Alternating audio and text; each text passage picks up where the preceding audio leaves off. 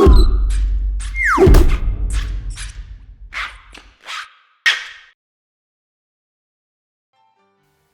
everyone, welcome to another Goody Reader comparison video. My name is Michael. And this is Peter. Today we have the latest Kindle Basic. This is the 2014 edition with a touchscreen, and we have here the late 2013 edition. This isn't the first edition of this Kindle because, as you guys all remember, this one was silver before. This is the updated one with enhanced housing, better page turn, better responsiveness, crisper text, and better fonts, and just overall refined. So how does that come into play when we compare the two head-to-head, reading an ebook, looking at the menu and UI, and the various features of the device? Before we get into the software aspects of it, let's take a look at the hardware. I'm going to start with this one. A lot of people think it looks busy because it's got all these buttons and it's got buttons on the side, but I think it just makes it look different because this is rather cookie cutter if you look at it. Let's see what we have here. We have a back button, we have a keyboard button, up, down, left, right, confirm, we have more, a home button, page forward and back on both sides. The top is clean, the sides have a little bit of a shoulder for the buttons, and on the bottom we have a micro USB port, a status indicator light, and a power button. We also have two pins, positive and negative, for enhanced cases, lighted cases, and so forth. Reason being, this doesn't have a front light on it or a touchscreen. That's why you need all this stuff.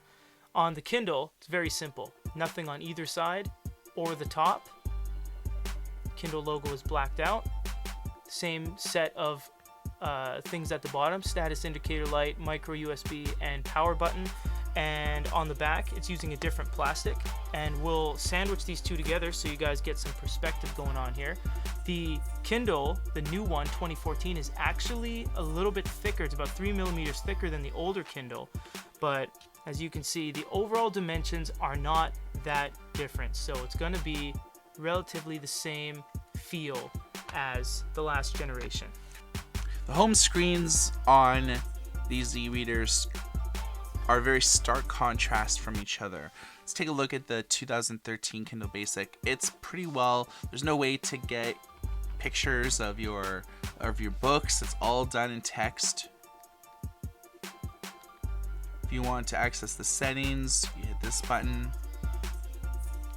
Whereas this is completely touchscreen. This actually has the same firmware that the Kindle Paperwhite 2 had, and you could see when this came out, the UI on this completely blew away anything that was on previous versions of the Kindle, because you actually had a true home screen.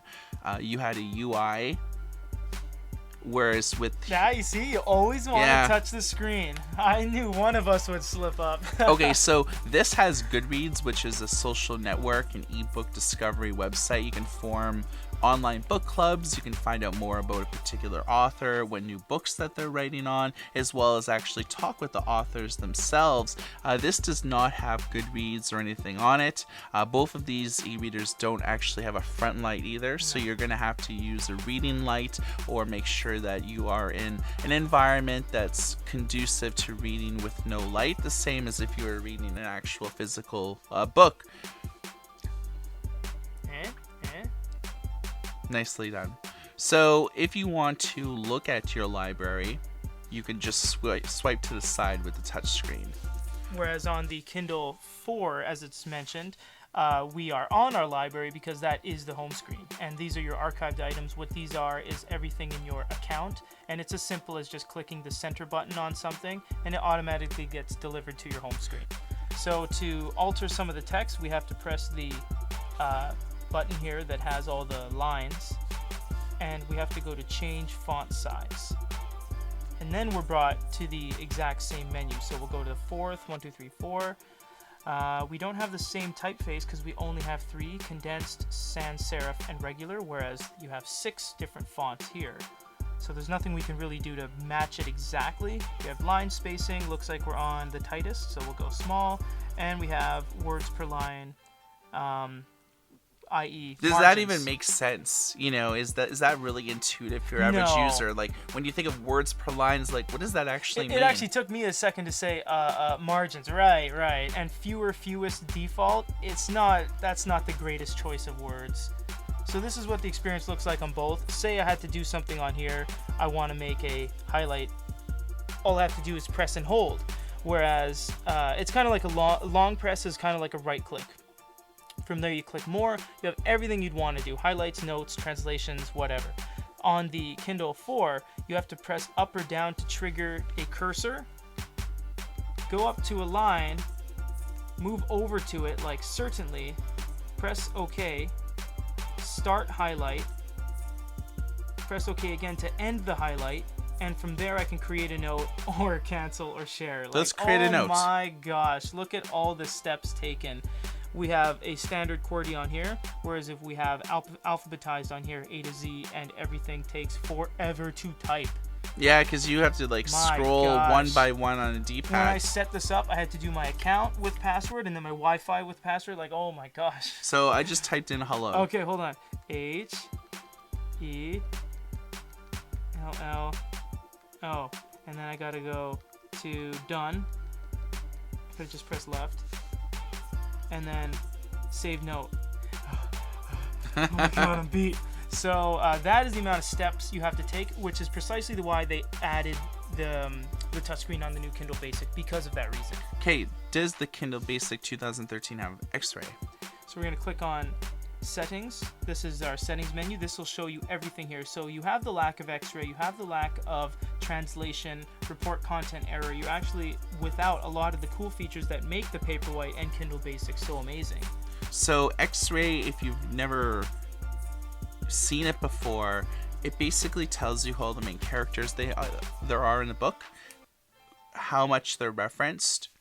It'll mention all the different characters in the book, and you can see that Elizabeth Bennet is mentioned all throughout the book. There's just a little bit in the middle that she's not mentioned.